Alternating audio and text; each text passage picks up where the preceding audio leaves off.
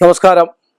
എല്ലാ മാന്യ പ്രേക്ഷകർക്കും എന്നെ ഇഷ്ടപ്പെടുന്നവർക്കും ഏവർക്കും ഏഷ്യ ലൈവ് ചാനലിലേക്ക് നിസ്സീമമായ ഹാർദവുമായ സുസ്വാഗതം.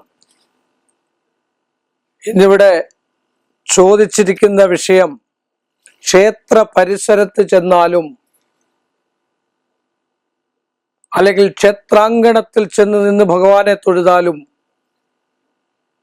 ആ ചൈതന്യം നമുക്ക് കിട്ടുമോന്നാ. എന്തിന് സംശയം? കിട്ടിയിരിക്കുമോ? ഉറപ്പാണ്. ഏതൊരു ക്ഷേത്രത്തിൽ ചെന്നാൽ, ഇനി പൂജയില്ലാതെ കിടക്കുന്ന ക്ഷേത്രത്തിൽ പോലും ചെന്നാൽ ആ ചൈതന്യാവസ്ഥ നമ്മളിൽ ഉണ്ടായിരിക്കും. കാരണം അവിടുത്തെ ചൈതന്യം വെച്ചാൽ തന്ത്രി ശില്പി നിശ്ചയപ്രകാരം വാസ്തുശാസ്ത്ര പണ്ഡിതന്മാരിണക്കിയിരിക്കുന്നതായ കണക്കുകളുണ്ട്.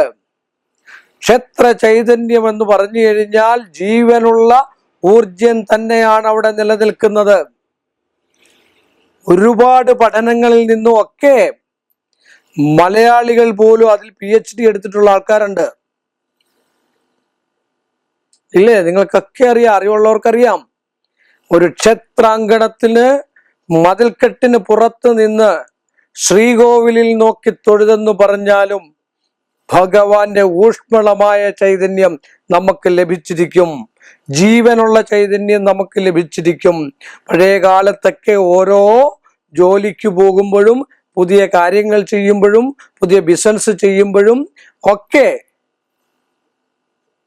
നമ്മുടെ അമ്മമാരൊക്കെ പറഞ്ഞു തരും, മോനെ ക്ഷേത്രത്തിൽ കയറിയില്ലെങ്കിലും അതിന്റെ മുമ്പിൽ ചെന്ന് നിന്നൊന്ന് തൊഴുതിട്ട് പോകൂ എന്ന്. ഒരു വിവാഹം നടക്കുമ്പോഴൊക്കെ. എന്തിനാണ്? പുതിയ തലമുറ അതിനെയൊക്കെ നിഷേധിക്കുമായിരിക്കാം, ഇല്ലെന്ന് ഞാൻ പറയുന്നില്ല. എന്നാൽ അതിനെ വിശ്വസിക്കുന്നവരുമുണ്ട്. വിശ്വസിക്കുന്നവർക്ക് വേണ്ടി മാത്രമാണ്. ആ ക്ഷേത്ര ചൈതന്യം ഒരു കണക്കിൽ നിൽക്കുന്നതാണ്.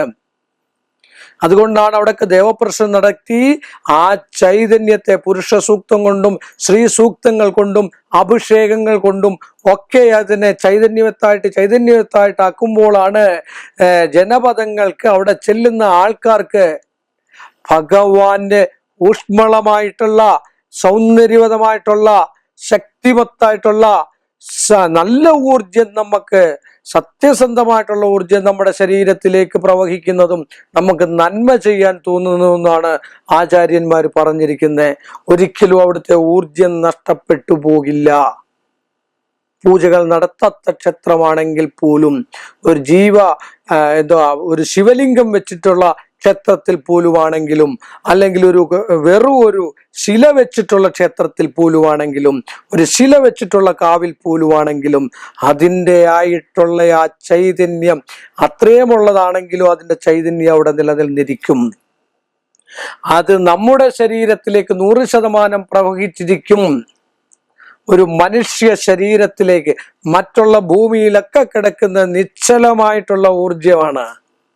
അത് കണക്കനുസരിച്ച് ശില്പശാസ്ത്ര വിദ്യ അനുസരിച്ച് കൃത്യമായിട്ട് ഗർഭഗൃഹമൊക്കെ കണ്ടുപിടിച്ച് ഇന്ന വീതിയൊക്കെ കണ്ടുപിടിച്ച് നമ്മുടെ എന്താ പറയാ, അകത്തോട്ട് കയറുന്ന ഭാഗം ഭഗവാന്റെ കാലാണെന്നും, ഉള്ളത്ത് അല്ലെങ്കിൽ അകത്തളത്തില് അല്ലെങ്കിൽ ശ്രീകോവിലിനുള്ളിൽ ഭഗവാൻ, അതൊന്നും നമ്മൾ ഇപ്പൊ ഇവിടെ എന്നില്ല.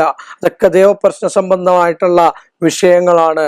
അതുകൊണ്ട് ക്ഷേത്രത്തിന്റെ പുറത്ത് നിന്ന് തൊഴുതാലും 1% ഊർജം നമ്മളിൽ, 1% നമ്മളിൽ ഭഗവാന്റെ കടാക്ഷം, ഭഗവാൻ അയ്യപ്പന്റെ കടാക്ഷം, ഭഗവാന് ശ്രീകൃഷ്ണന്റെ കടാക്ഷം, ഗുരുവായൂരപ്പന്റെ കടാക്ഷം നമുക്കുണ്ടാവും. സംശയമില്ലാത്ത കാര്യമാണ് എന്ന് പറഞ്ഞുകൊണ്ട് ഈ എളിയ മനുഷ്യന്റെ ഈ ചെറിയ എപ്പിസോഡ് ഇവിടെ അവസാനിപ്പിക്കുന്നു. വീണ്ടും നമ്മൾ തമ്മിൽ കാണുന്നവരെ എല്ലാ മാന്യ പ്രേക്ഷകർക്കും എൻ്റെ നിസ്സീമമായ നന്ദിയും ശ്രേഷ്ഠമായ ഭഗവാന്റെ കടപ്പാടും.